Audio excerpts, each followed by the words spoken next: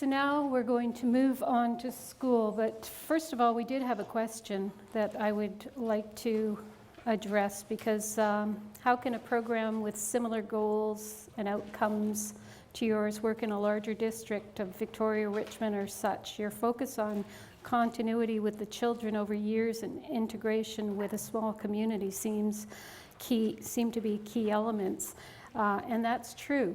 Start small. No matter what program I've developed over the last 30 years of teaching, I found that you do have to start small with a core group. And when Vicki and I were presenting in Ottawa one year at a career conference, we ended up meeting up with a lady from Scarborough, which is a rather large district. And she said in her experience, what she found was she had a few key employers where she placed her students for work experience. And one of the things that they did was they ended up getting together. She had 2 or 3 gentlemen who had employed students with challenges and with ASD, and they would get together regularly, once a month or whatever the time schedule was, and they would discuss things that were going right and some of the challenges they had. And over time they decided, well, we're going to bring somebody else to the meeting. And so then they would invite another employer to join them at this breakfast group, and pretty soon they had a very viable contingency of employers in the Scarborough area who were quite willing to assume responsibility to help these young people explore the world of work. I think the same is very true in a school district. You can't go normally to a whole school district and say, okay, we're going to do this. Things move a little slowly sometimes. So if you can start with a core of teachers, a school, 2 or 3 high school teachers getting together, and create the model so that they can see how empowering it is, not only for the students, but also for the teachers and the administrators in the community, you're more likely to have success and allow it to grow from the inside out. That's our experience with some of these challenges with bigger districts. So school is more than a building, and this is another one of our graduates who moved on to the college scene. School should be a place where our students and our sons and daughters allow themselves to explore, where they really have a chance to find out who they are and find out what some of the challenges are that they encounter. It should be a field of enrichment where they're allowed to succeed, but they're also allowed to fail, because we know that it is in failure that we often find out what we need to learn or what we're missing in our repertoire in order to be able to move on a little faster and a little more confidently. I also know from working with many students with ASD how difficult it is for them to make a mistake or try something new. So it's really important that we have teachers, administrators, paraprofessionals, and parent backup, so that who are all versed in what's possible for these students in the system, so that they can have the support that they need, so that they can know who they are, and where they need to go. One of the things that Ian does with his students, he sits down on a regular basis and he develops a 5-year plan with them, and he uses a visual. Where do you want to be in 5 years? And they write about it and they talk about it. Okay, where are you now and what do you need to get there? And by going through this sit down, talk, and visual support, students adjust their expectations accordingly. They can either increase their expectations because they know they're able to participate in the classes or the courses or the venues they need to in order to be able to get what they want, or they may adjust their expectations because they know that the goal they set for themselves is way too high at this time in their lives. So school should be a place where we can practice, and if we make a mistake, that's okay. Again, when we look at districts and school responsibilities, we have to look at the attitudes, because attitudes are what drive the success of programs. And we know for a fact that administration at the top level as well as at the school level influences the success of programs incrementally. It's really important for us to make sure that administrators are aware of the potential of what students can do with the right supports, and that we work collaboratively with them to ensure that every student who walks into the school building is accepted as a valuable member of that community. We have to continue to ensure that staff is trained. When I first got into the world of special needs or children with challenges, I was hesitant. I didn't realize that I had the capacity to be able to teach, to be able to demonstrate, to be able to bring them together and to nurture the skills and abilities that they have. I needed someone to reassure me, and I needed to do a lot of training in order to be able to develop the way that I did in the end. We also need to make sure that that staff we talk about at the school is not just the principal and the classroom teacher. The staff includes everybody who walks into the building. Some of our greatest supporters happen to be the secretaries and some of the custodians and the gym teachers and people who are not the counselors, because once they are aware of the role that they can play in ameliorating situations for our students, some of them jump in with both feet. Once we give them permission to be a part of their lives, then it isn't such a scary thing. Also, the attitudes of the other students. Years ago, Derek Nansen was working with a group of students, and he decided that it was time that everybody knew who these students were and how they ticked. And so we went to each of the English classes, because everybody has to take English in high school. And we introduced the students to the classes, always with parent permission, of course, and only gave as much information as they needed. One of the things that completely blew me away when we were doing the training or information sessions with the high school students was that inevitably, one of the students would put their hand up and say, "How do I catch it? How do you catch ASD? How do you catch Asperger's? How do you catch Down syndrome?" When you have a question like that, you know that the students have false information and it has to be changed. They have to understand what it is that these students are dealing with and how they can support them and how they can actually make life easier for everybody around them. Kind of shocking when we first started doing it 20 years ago, but I was teaching a Psychology 12 class a couple of years ago. I got the same question. So never assume that because we're such a high-tech world and because we've got lots going on that everybody's taking that information. Because if the attitudes in the school are such that they don't really understand the students with whom we are dealing, then if you don't understand something, you fear it. And if you fear it, you avoid it. And maybe you go to other extremes. So information, training, and making sure that everybody is on a level playing field not only helps make things easier, but then you always find students who are very conscientious and become that support team around that student so that it helps ameliorate their life in the building as well. The ASD planning tool is really, really an important tool that we can use because we can pinpoint the strengths, but we can also look at what the challenges are for students.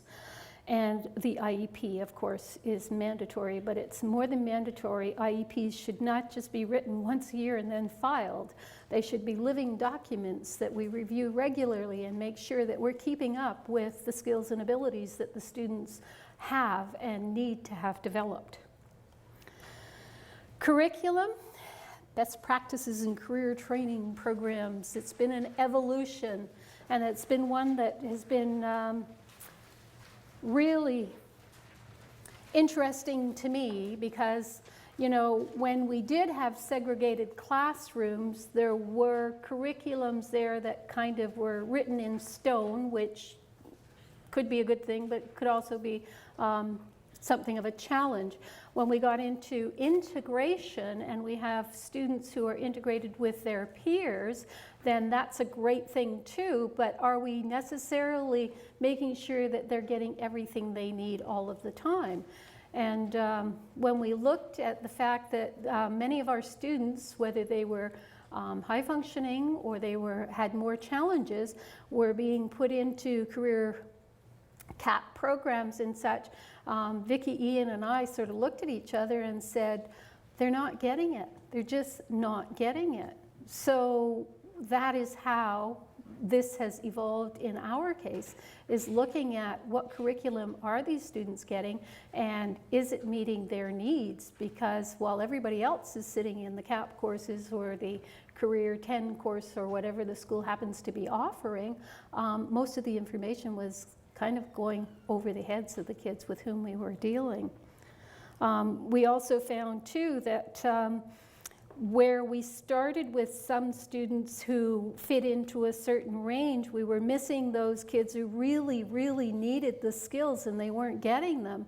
So we developed an approach whereby we had a tutorial, a tutoring course, credit course that we could offer to students, and those kids who needed the course but wouldn't necessarily have attended the course took a tutorial whereby they became tutors for students who had more challenges, and we got them into the course, and it was amazing. Some of our students who showed up were able to show us through their responses that they really had not understood a lot of what had been going on in some of their classes. I was just going to say that quite often students from the regular programs will come in and say, now, why is that student from one of the special needs class doing that? And I will explain the reason why, and they say, oh, can you give me the same information? Because they've misunderstood as well. The information we're sharing with you today is for everybody. I'm talking about from A to Z. Every student in the school needs to know this information. All I really need to know, I learned in kindergarten. And it's true, we talked about this as the role of the parent, but it's also a role that teachers have to be aware of, as well as administrators and educational assistants, that teaching students to wait, to share, to take turns, to listen, to comment, and to question are skills that need to be worked on all the time, because we want them to be able to be involved in their community. And questioning is the biggest challenge an employer will have with all of our students. Young people do not ask enough questions. They will wait to be told. That's one thing that we have to work on right from kindergarten. Start asking the questions. Like I say to our students, and I say it to all of our students when we go out for the interview, there is no such thing as a dumb question. If you don't know the answer, you better be asking the question. And it's interesting, a number of our employers are now talking to their employees about that same thing. It's really important to ask those questions. So every day is a learning activity, and every day is a learning opportunity if you see it that way. It's all in the way, your perception of what's going on around you. So lunch negotiations. What skills are being used when they're having lunch? Well, they learn to improvise. They learn how to project their voices, communicate, use body language, express their feelings, and if all else fails, find help when they need it. Lunch is, as most of you or all of you know, is really a critical time when the social skills curriculum can be taught and supported. Look at art. When kids go to art, the skills they're using, they're expressing their feelings, their moods, their ideas. They're creating images and designs. They're interpreting their reality. I had a young man once who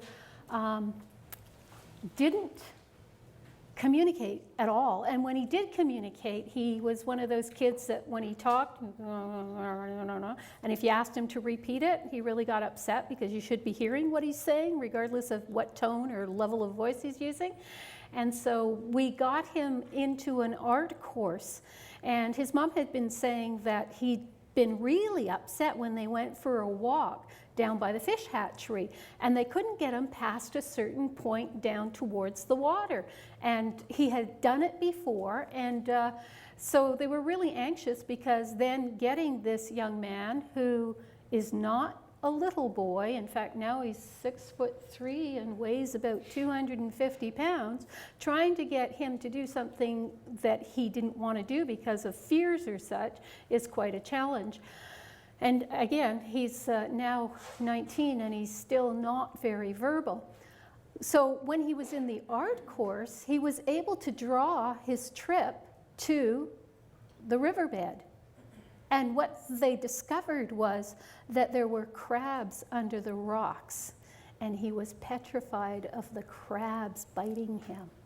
So whenever we're looking at the activities that our students engage in at school, we have to be recognizing that there are ways that these will develop skills and methods of communication that will enhance their abilities to be part of our social fabric.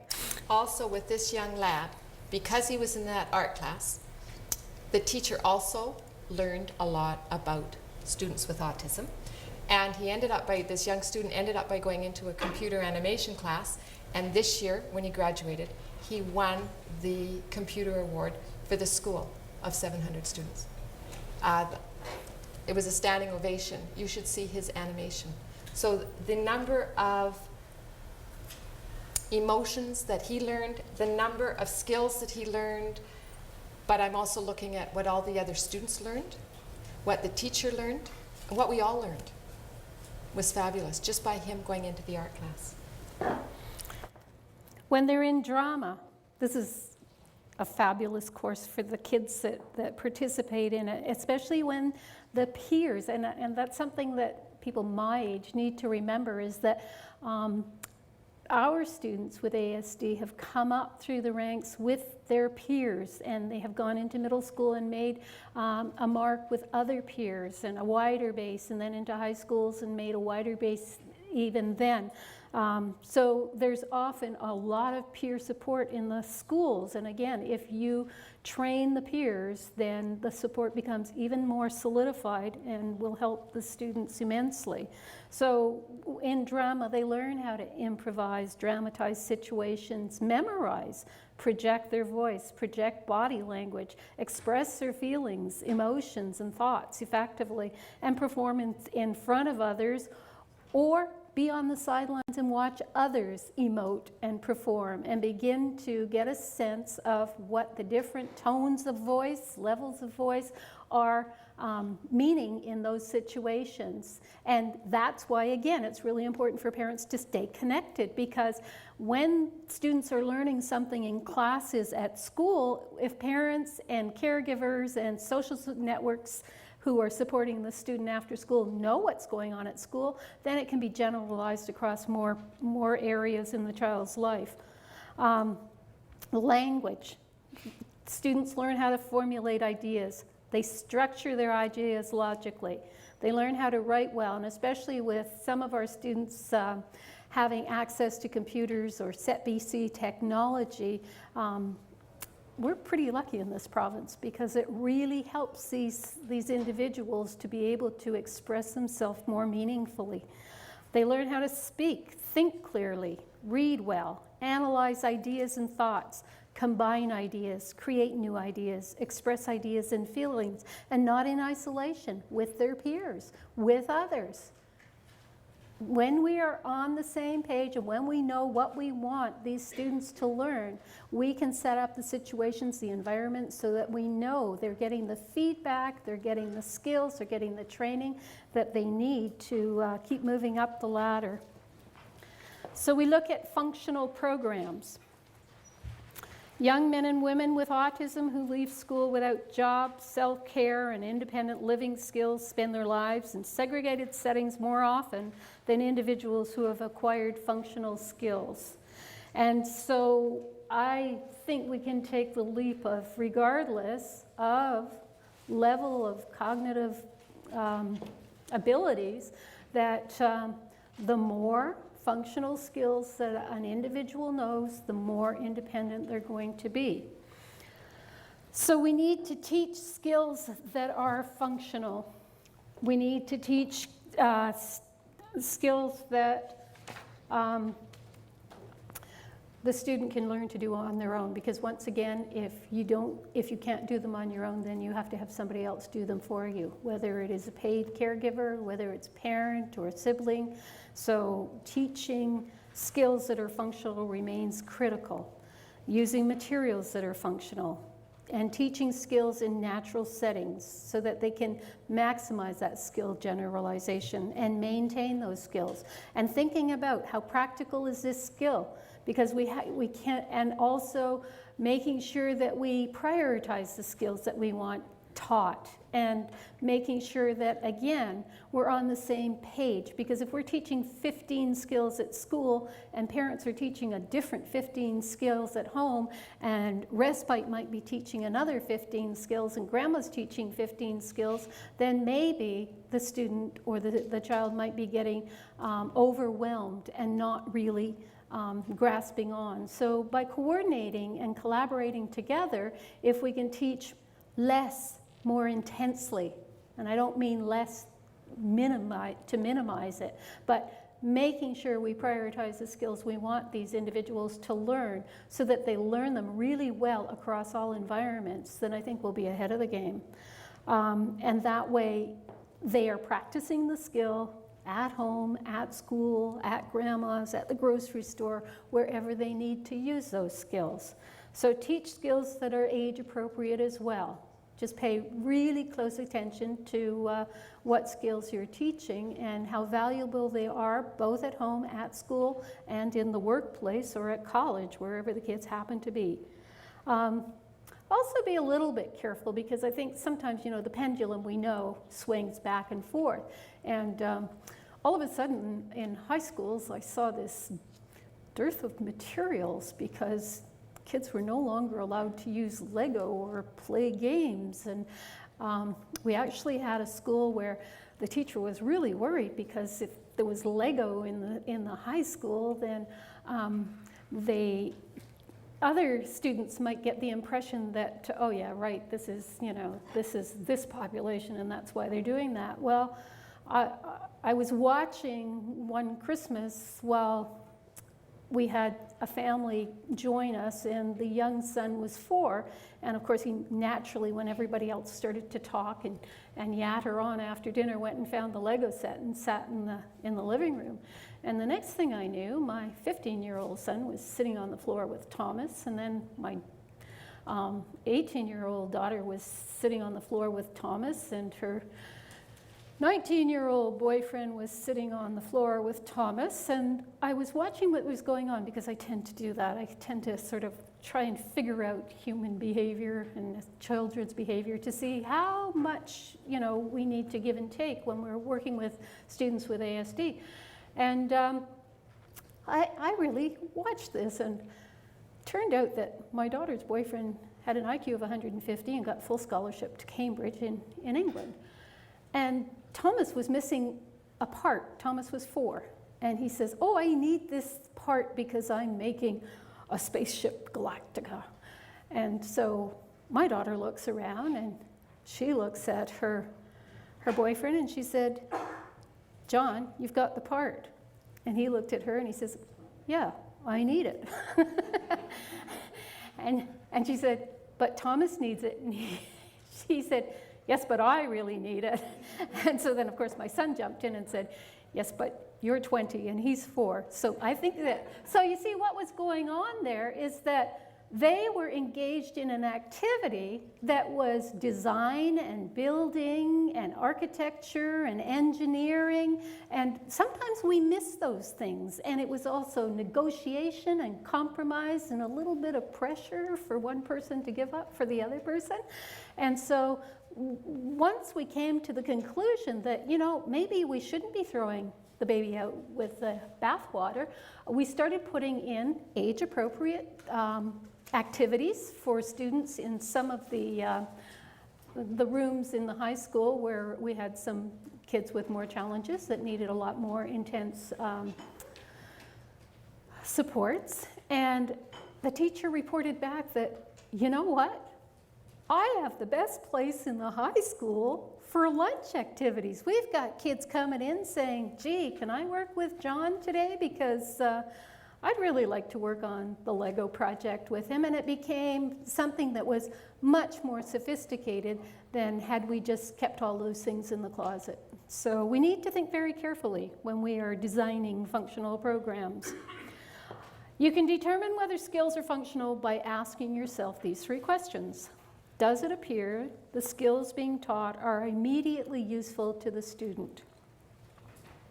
And again, we need to look carefully at kind of the curriculum from the point of view of a teacher, because again, as a high school teacher, I sometimes got caught up in the curriculum and forgot why I was doing it, as opposed to like the benefits for the student. And one year, our pool was closed down, so we still wanted our students to have occupational therapy because we recognize the importance of not just the physical aspects of it, but also the social aspects and the cognitive implications. And so we said, okay, sure, we'll drive them down to the next town and they'll do therapeutic riding. And so we put the list of kids who were priorities for occupational therapy. And one parent phoned up and said, I'm not letting my son out of school and miss half a day of school to go horseback riding unless you can prove to me the value of it. And that really made me sit back and think about what are we doing, why are we doing it, and what are the benefits? And they were phenomenal. So after I got together with the occupational therapists and the speech and language therapist, as well as the head of the department, we came out with our own eyes opened as to sometimes we need to look very closely at the skills and opportunities we give to students. Are the materials used likely to be found in the student's environment? We must, especially when we're looking at work placement opportunities, see if we can parallel some of the expectations in the work site with those that we're teaching at school. Because if we can make it as similar as possible, then it's going to be easier for generalization and transition. And will learning a particular skill decrease the probability that someone else will have to do it for him or her in the future? So we want to look at the age of the student. We want to look at their present levels of ability. We want to look at their language and communication. Their preferred learning modality. We want to teach them in a way that they understand what they're learning. What is the functionality of that particular skill we're teaching? Can they do it completely, or should they only do it partially? Partial participation is as valuable as full participation, especially when we can scaffold the skills so that they can learn. The other thing we talk about when we talk about work placement is you start in at the ground level. I don't know many people who walk into a job knowing how to do the whole part. So we want them to start small, and then as they learn something, not just leave it up to fate that they're going to learn another skill and increase their participation in that particular work site, but make sure that we have a range and a goal that we would like to see these students meet before they move on to a different environment. Do they need adaptations? Because if they need adaptations, then we have to make sure that they're in place. And make it as natural as possible. We're going to go into the workplace, say one of the grocery stores, and look at the type of environment that the student is going into. And we're going to consciously look at all the sub-environments. So just think about going into a large grocery store or Walmart or someplace like that, and start thinking about the sub-environments. What are the sub-environments? Well, sub-environments could be the cashier area. In the grocery store, it could be the dairy department. It could be the fresh produce department. It could be the aisles. It could be the storage room, the parking lot, the boss's office, the washrooms. There could be a subway in the grocery store. So we need to look at all of the sub-environments within the big environment, and we have to consciously think about where do we want this student to be. So what activities go on at the cashier's station? What activities go on in the meat department? What activities go on in the dairy department? Where would my son or daughter or my student be best placed? Where can we start them off so that they're not overwhelmed and they feel supported? We had one young man who ended up, lovely smile, tall, handsome, and I walked into a superstore last week and he was there to greet me. And he just, everybody who went past him, hi, welcome to Superstore. And it was wonderful to see him because he was in an environment where he was doing really well, he enjoyed it, and people were boosted by the fact that they were greeted in such a wonderful manner. It's really fun to be able to take a student to a grocery store and walk them through each of the different environments and talk to the employees in those different environments so that the employees can talk to the student about the good, the bad, and the ugly of each job, because every job that we all do has the good, the bad, and the ugly. And the student hears that, and they hear things, oh, I'd really like to do that, but maybe not that. Then they get to talk about it afterwards. This is the place I'd like to be. Because it really is the student that has to decide where in that business that they think they would fit. So then again, you're going to design and teach the instructional programs back at school to parallel with the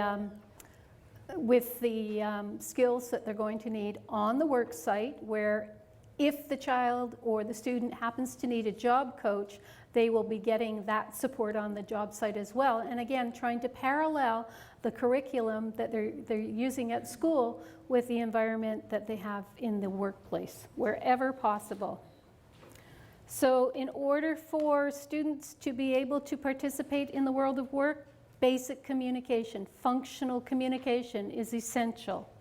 Rate and production. Remember I talked this morning about if you're going to teach one of your son or daughter or a student to be able to wipe the tables, give them a system so that they go top to bottom, left to right, and they won't miss any places, so that if they're working in a little restaurant or they're working at McDonald's and the manager goes by, they take a look and they go, yeah, good job, right on, right? You know how to do that? Let's move you up a notch.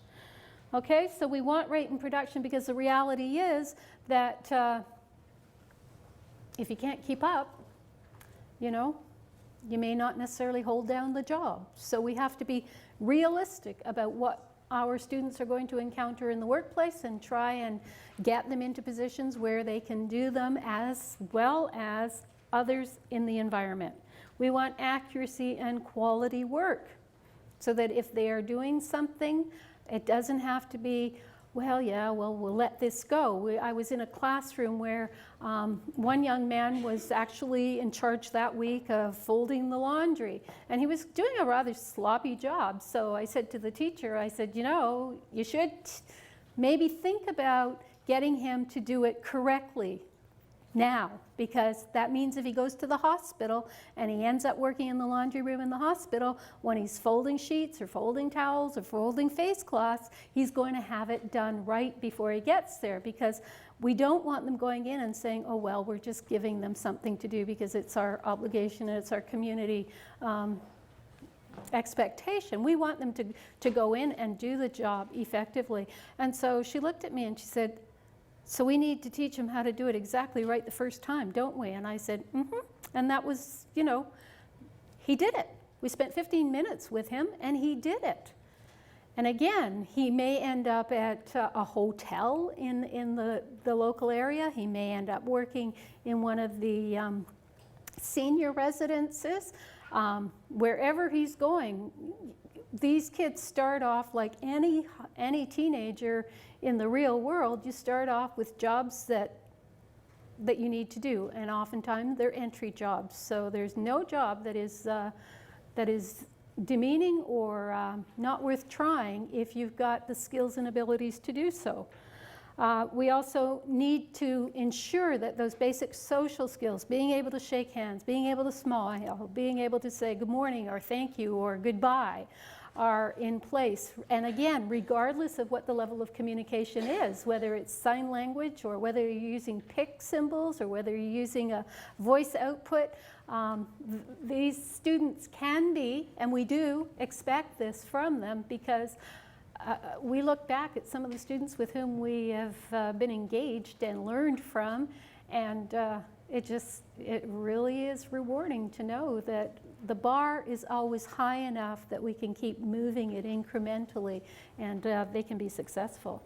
And we need to teach them self-management skills. Certainly there are some very interesting programs out there with relaxation and yoga and visualization that we can teach kids to recognize what their body is telling them, what their breathing rate is telling them, what their heart rate is telling them, so they can consciously stop and take a deep breath and do some deep breathing and visualize calming down and carry on in the workplace, and maybe, you know, seeking help or asylum if they need it. But these are all important skills that we need to provide for the students in order for them to be able to be successful. 4 life domains for all of us are domestic and self-help, academic and vocational, recreation and leisure, and community access. So these are, again, areas that we look at in the IEP. They're areas that we look at accordingly, according to the level of the student, the function of the student, the ability of the student. But everyone needs to learn domestic skills. Everyone needs to learn self-help skills. Some kids will learn it at home. Some will need help in the school system. Academic and vocational. We need to ensure that every one of our students is being given that passport to carry on after they transition out of high school. When graduation portfolios were first introduced, Vicki and I were asked to create the graduation portfolio for students with special needs, including ASD.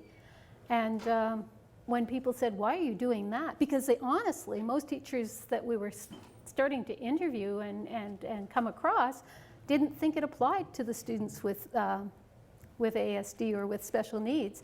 And we have since learned that of any population, the at-risk kids or the ASD kids or the kids who are not involved in society the way a lot of other kids are, they were the ones who needed it the most. And I think it's really important that we not forget that.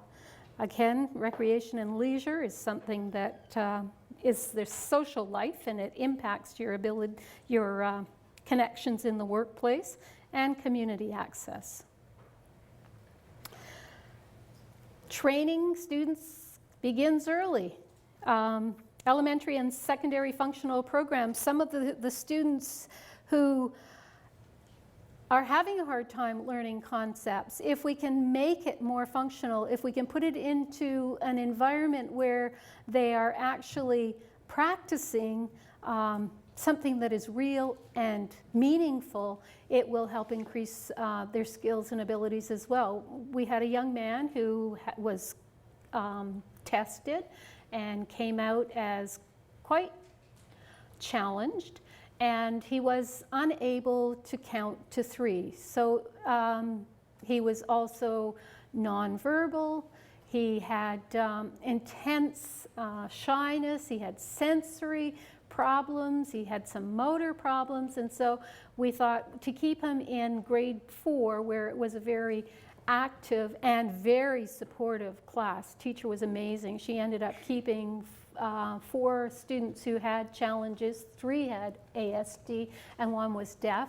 She kept those kids with her for 3 years because she was so committed to see that bar keep rising every year and every month, actually.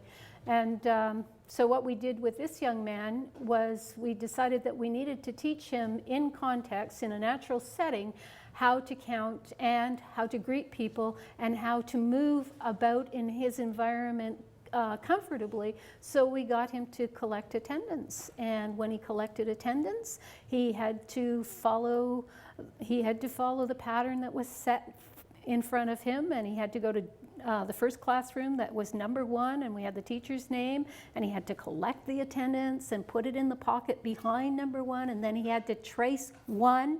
So we were getting all sorts of skills out of him, and there were 12 classes that he had to go to. Well, within a year, he had learned to copy numbers 1 to 12.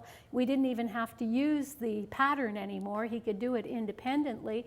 He was beginning to recognize the teachers quite comfortably, and if they had forgotten to put the attendance outside, he could learn to knock on the door and say, "Excuse me," which I guarantee, had we not done something like this young man would not have learned those skills. So again, always sort of pushing gently, gently, gently, and expecting that, yes, if we work hard enough, because we knew what his levels were, and we didn't sort of pile on too much at once, and we gave him lots of support. By the end of the year, he was counting to 12. Well, when you can count to 12, you can also read a clock. So lots of things were happening, and everybody got to know him, and everybody was had a vested interest in his success. So when we're working with students, we want to make sure they understand that attendance is important, that communication is important, again, dress, attitude, responsibility, and work experience placements. So take a moment. Think about a course or subject your child or student is enrolled. Think about the skills that they require and how can these skills support success in the community. So why work experience? These are our kids. Why not work experience? We did create the book because we wanted consistency, and we wanted to maintain a program that would ensure that we were covering all bases, and if we needed to come back and review something, we would know who had done what, how they had fared, and whether or not we needed to dwell on things more specifically. The school system has changed over the last number of years. They came in a number of years ago. We had CAP, Career and Personal Planning. Then we had the portfolios, and again we have a new change, the transition program. But there are lots of opportunities for our students to be exposed to the work experience and all of learning the skills that are necessary in order to become part of the community. Planning 10 is still a very important course. Our students learn it in many different avenues. A number of our students are in regular classrooms, learning planning, going through the process in Planning 10. We also teach Planning 10 in our special needs classes on a regular basis. We have a program called Co-op, which is where our students go to class for 50 hours, then they go out in the field of work for 250 hours every afternoon. They are out on the job site. Many students that are ASD also go out in our co-op program. All of our students in our special needs programs have an educational assistant available if needed. We have work experience, which they can do, which isn't part of the co-op program. They can come and have an interview. We can go out and do a work experience in any field that they want, if I can find an employer. There's my challenge. And they can do it at any time of the year. We have work experience 12 months a year. And then also the transition plan. And this year, for the first time ever, we actually did an ending interview for our students. And I'll tell you, it was powerful. We had kids in tears and me in tears and everybody else. It's a wonderful experience. So if your school is not involving your child in the exit interview for the transition plan, please ask for it. These are questions. Doug Manning is a fabulous man. He's one of my mentors. He started Bridges, which is an electronic program. Basically, I call it an online career counselor, is what it is in simple terms. And he's from Kelowna. He's now all over the world with this program. Most of your school districts will have access to this program. The questions that he asks are quite different than what we used to ask our children. Instead of saying, what do you want to be when you grow up? Because some of us never want to grow up. The question is, what do you want in life? Takes a little more thought. What do you have to offer? And then where can you make a living with these strengths? Or where can you make a living with the answers that you've just given me?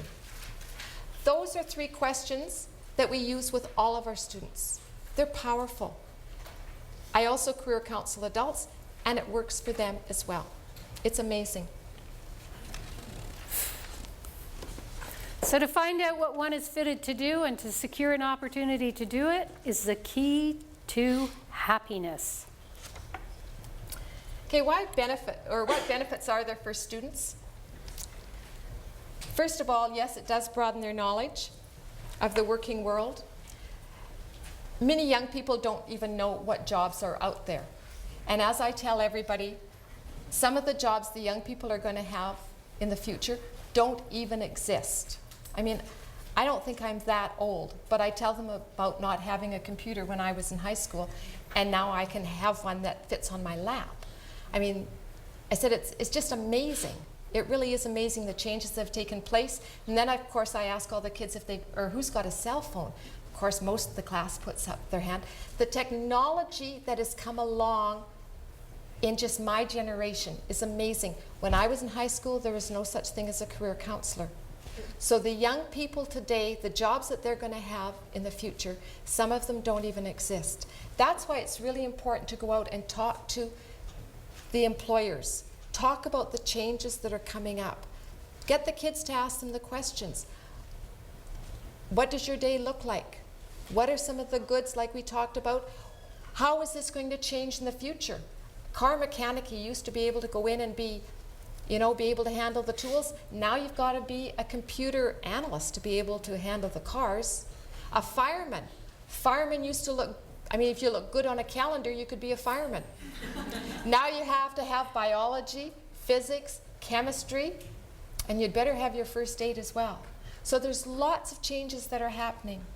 It introduces the community employers to students, and that is huge. We had a student recently, young man in a wheelchair, verbally challenged. It was the speech and language pathologist who recommended this young man to me. And, it's a powerful story. Anyways, interviewed him, took him to the newspaper for his interview. He wanted to be a reporter. So we took him in his wheelchair to the reporter at the newspaper building. And when we walked in, I could see that this employer was just a tad nervous. That was all right. I had the speech and language pathologist in case I didn't understand the student either, but it was all right, I did. At the end of the interview, which was just fabulous, the end of the interview, and the student was being wheeled out by the speech pathologist, the employer looked at me and says, "Vicki, he's really intuitive." Yeah? He's really smart. Yes. It was fabulous. Suddenly, he saw past the wheelchair. He saw what the student was capable of. So it really does introduce our community to our students and our students to the community.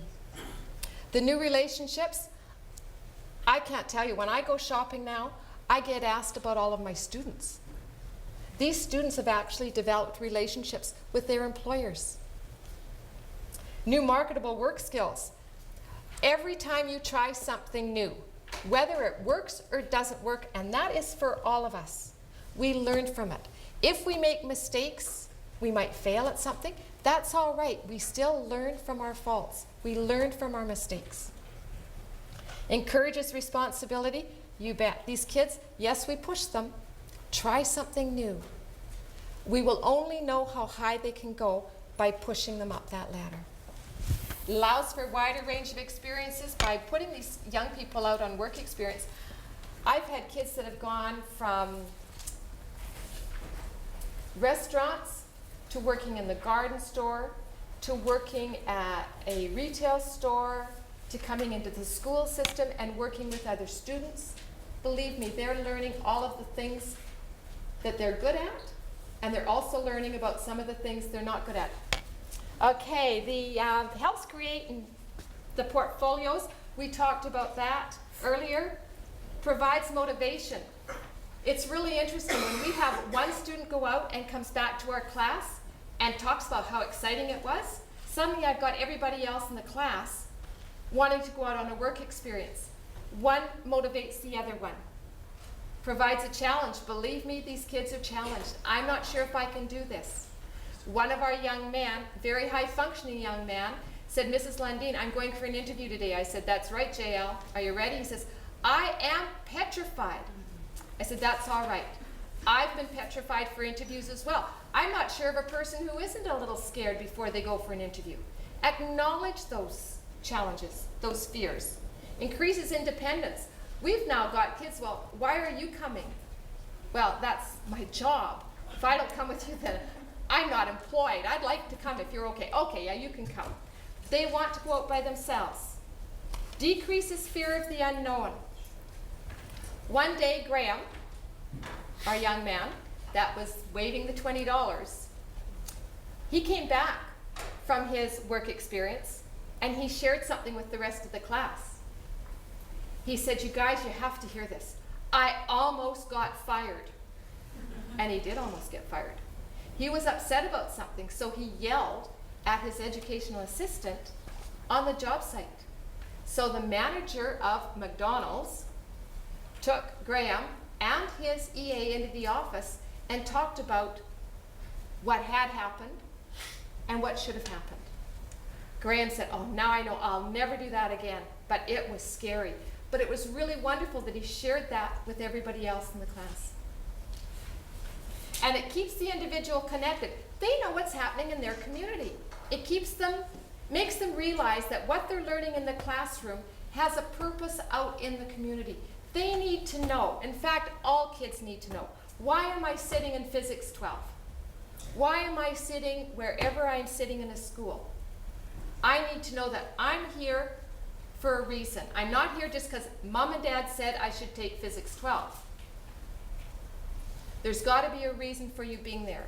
And by giving these students the opportunity to go out and do a work experience, they then find that what I'm learning in the school, I'm doing the handshakes, I'm doing the eye contact, I'm doing the smile, I'm learning from a program that we have, how to use a dishwasher in a Boston pizza.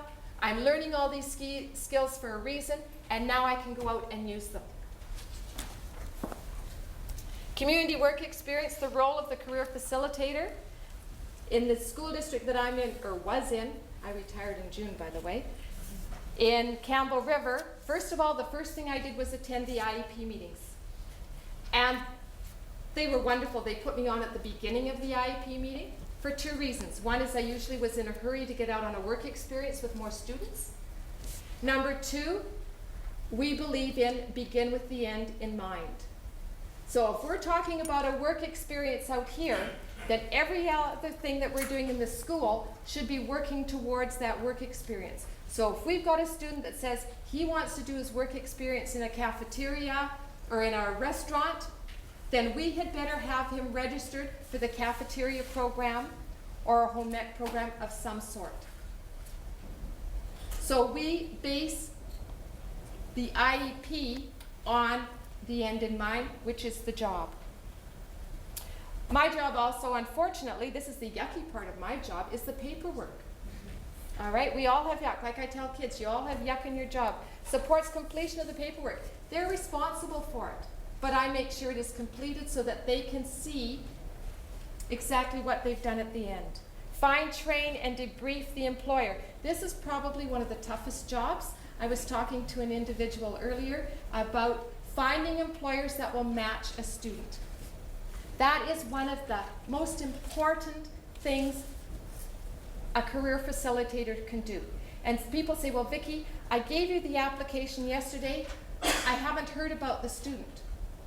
Or I haven't heard about the placement. Sometimes it takes me a little longer than 24 hours to match the student with the employer. That is key. You have to make sure that they're going to be able to build up a trust relationship. Plus, I have to also work quite often with my employers. I have to say, look, you're going to be working with a student with some challenges. What kind of support do you have at the job site? What kind of a physical space do you have at the job site that's going to make this work? I've been doing this for long enough now. It doesn't take me that long, to be honest with you, to match the students, because I know the employers that are going to be very positive and passionate with our young people. Provide honest information without breaking confidentiality. That's a huge one. It's a fine line there. I cannot tell an employer that a student has autism. I cannot tell them that they're Downs. I cannot tell them that they have Tourette's. Legally, I'm not allowed to. As a parent, you can. As a teacher, I cannot. But I can go out and say, you're going to have a child who's going to have some challenges. They may not like what you tell them to do. I'm not doing that. Or whatever it may be. So I can tell them those little tidbits of information. The employer does not want any surprises. So I make sure our employer knows what our students are going to be up against. Accompanies a student to a job interview. I go with every student in our school district when they do an interview. Some of the interviews are quite challenging. We had Adam, who I thought we had trained really well for the interview. Went into the interview, it was with a librarian. No offense against the librarian, but it was a rather quiet, soft interview. And partway through, Adam said, I'm bored. And I didn't want to say it, but so was I. It wasn't a very exciting interview. So I'm sorry. I'm sorry that that happened for Adam. But I learned afterwards that we had to talk about some of the things again that you could say in an interview. His next interview, by the way, blew us out of the water. He was fabulous. This is the young man that's 6'3" and 250 pounds. Fabulous interview. Just went very well. Debriefs with student. That is really important because we only learn by reflecting on what we do. It's not what we do that we learn from, it's on the reflection. So it really is important that you debrief with the students. What did you like about it? That helps with the next placement. What didn't you like about it? What could we do better for the next student to come into this place? To demonstrate a really good example of matching students and developing trust, JL, one of our young men, very high-functioning young man, was working at Save On Foods, where his mom was upset at first that I was placing him at Save On Foods. And one day he went up to the teller he was working with as he's bagging the groceries, and she's awesome, awesome lady to work with our students. And he looked at Lori and he says, Lori, I'm overwhelmed. Lori looked at him and said, you know what, JL? I'm overwhelmed as well. And with that, she pulled him behind the counter and they bagged the groceries together. That's developing a relationship with an employer. That's why it's really important, because somebody might have said, if you're overwhelmed, then maybe you should go in the back and stock something in the back. But she was willing to say, you know what? I acknowledge that you're overwhelmed, and it is really busy in here. I'm feeling the same way. The interviews, like I said, there's no guarantees. Meets with employer after work experience for report. We have our students go back and meet with the employers so the employer can tell them exactly what they thought and learn from it. And the best part is when the employers are telling the students how much they've grown.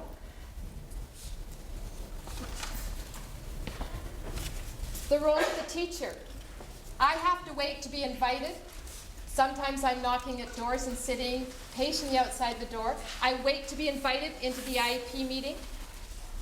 Also, the teacher can provide job awareness and or training. For instance, with Graham, he did dishwashing at Boston Pizza. And we went in and took a number of different photographs of the process at Boston Pizza, what it looks like to do the dishes. That vignette can now be shown to any of our students that go to Boston Pizza, so they can now practice. They can see what it's all about, talk about what it's all about, and when they go in, they're now prepared. There's no fear of the unknown. They know what's coming back. Feedback is very important. Yes, sometimes our kids get fired. Sometimes they need some feedback. Reinforcement, you know what? Let's get up off the ground, get back on the horse. We had a young man that recently got fired from a job. It was a learning experience for me, as every time I take a student out, it is a learning experience for me. Young man, very high functioning young lad, went to a mechanic shop. I got a phone call from the mechanic after about 4 days, and he said, "Vicki, this young man's doing really, really well, but we have a key missing." I said, "Oh," I said, "he would never take a key." So we went back to the office, and yes, the key was in the young man's pocket. He said he had not taken the key. So I chatted with the employer, I chatted with the student. The student at first thought he had been set up, or said he had been set up to me. But then I was talking actually to one of the physiotherapists that I work with, and we were talking. I said, "You know, this isn't like this young lad. I'm not sure why he would take this key." She said, "Vicki, maybe he has a key fetish." All right, I hadn't even thought of that. Phoned up his mom. "Oh," she said, "Vicki, he has every key in the house on a chain." Thank you. That would have been good information for me to have known beforehand. But in order for this student to learn, I said, "Okay, young man, we're going to remove you from that job, because it's obviously not a place to go back to. The employer's not sure about you. You're not sure about the employer. Let's try another job site." Tried another job site, another auto mechanic, went into the job site. In the interview, I said, "All right, young man, this is your employer," introduced them, and I said to the employer, "Now, our young man here really loves keys, but if I give him a lanyard," and I showed the lanyard to our young man, and said, "if you keep this lanyard with your favorite keys on it, then Mitch's lanyard, or all of the keys in Mitch's office, they're going to be his." Clearly understood. Everything went fine. Not only that, he got a job at the place when he finished. So it was a learning experience for the student, it was a learning experience for me, and it worked just fine for the employer. And the employer where he got fired from said to us afterwards, he wished he had known that in the beginning, and it would have made a difference. So these are the things that are really important. And obviously, like I said, provides training for students. Job coaches, and I'm sorry, it's 12 o'clock, I'll be really quick. Job coaches, I can't say enough about them. The job of a job coach is to work themselves out of a job. They should be the shadow for our students. They have to understand what the goals and objectives are for that student. They have to know what is expected. They have to know about the job site as well, the dangers in the job site. They have to model appropriate behavior, and yes, I ask them to model appropriate dress as well. So if the kid's not allowed to wear jeans on the job site, nor is the educational assistant. And they prompt only when needed. They will also create a task analysis, which is really important for our employers to have. What jobs are our students going to be doing on that site? That way, the employer is not saying, "Okay, I've got to be over there every 5 minutes telling them a new job." If we've got it written down on a job analysis, then that can be set up at the very beginning, just after the interview. These are the things I want our student to do on a regular basis, and we can add to those tasks as our students grow and need more challenge. They will generally record the data for our students. They will help debrief. They will often report back to myself or to the teacher, who in turn will report back to me. And we ask if they please take pictures. We have one that's phenomenal and takes all of our videos for us. But the job coach is the person that's out there on the job site. They can actually make or break a job for a student. And I'm very, very lucky, or we're very lucky, that we have some superb job coaches. They know when to go in. We had a student that was putting videos away, and she actually made an alphabet chart for the students so she would know exactly where to put them in the video gallery. And she would stand back if the student was having a problem. She'd come forth. And it's amazing what they can do for the students and the employers. I mean, we had one student actually recently at a hair salon, and she said, "Vicki, I'm not needed." But this was a student that we did not want to leave alone. So whenever she went there, she either got her nails done, her hair done, or she was getting something done on a regular basis when she went to the hair salon. And the people at the hair salon were very receptive because they wanted her there as well. So they were very receptive. Meanwhile, our student didn't really feel like she was being followed all the time. So it really is an opportunity for our students to get out there, because in many cases our students wouldn't get out there if they didn't have a coach to go with them.